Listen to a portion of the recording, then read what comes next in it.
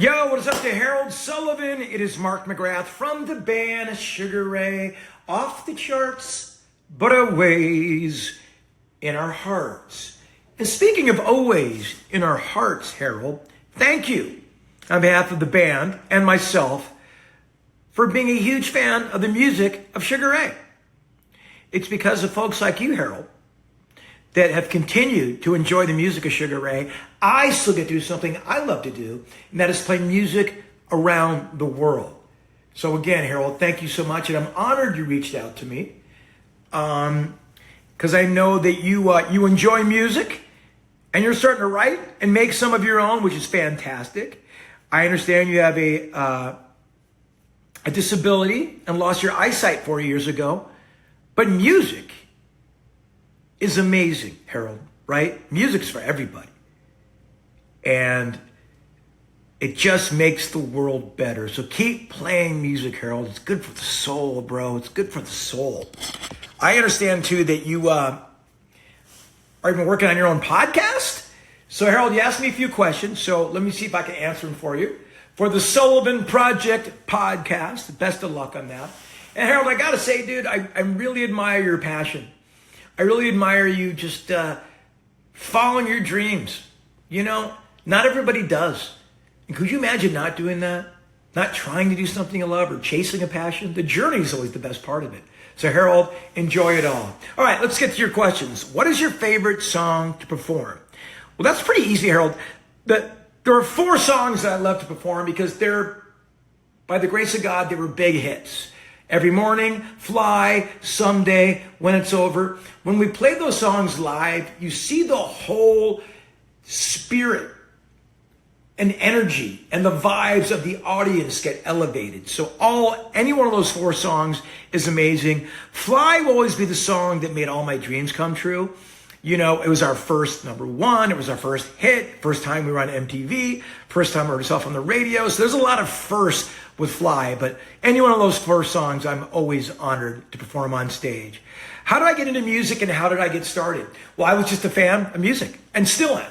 I really don't look at myself as a musician or a songwriter, though I became one. I'm not naturally inclined to do it. I kind of had to do it because of my position.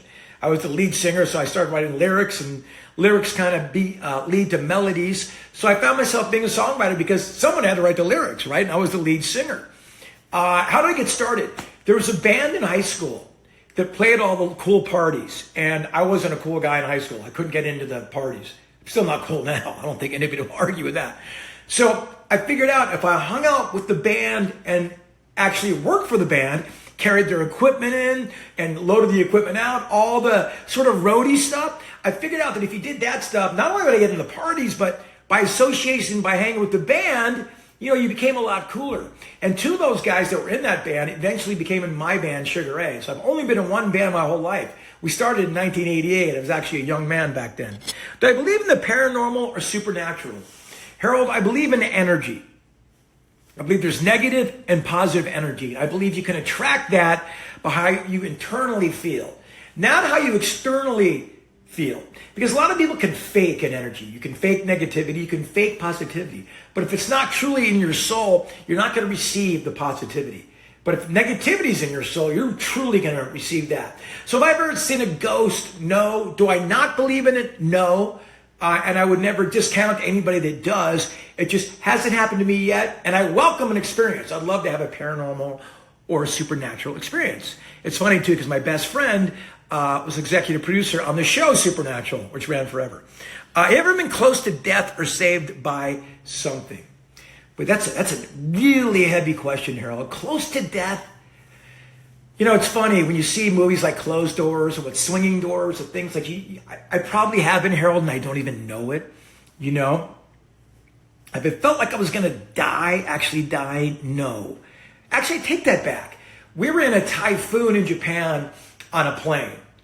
And though I have no fear of flying, being thrown around that much in a plane and having dishes and plates flying down the hallway of the plane and people crying, that was crazy.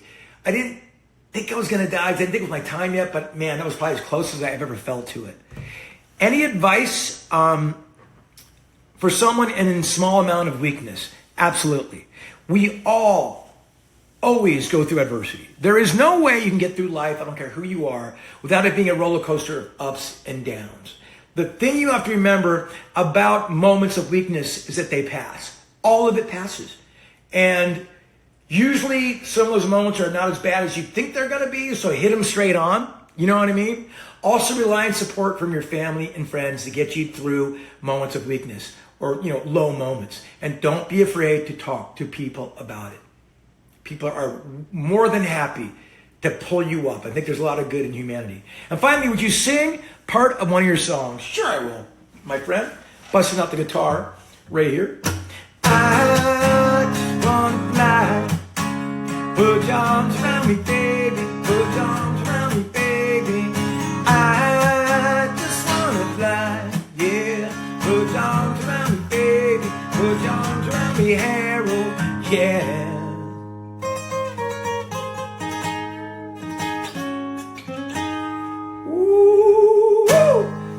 Sullivan, all the best to you on the Sullivan Project podcast, and thank you so much for checking in, and thank you for the kind words, my friend. All the best to you, Harold. You deserve it. Take care, man.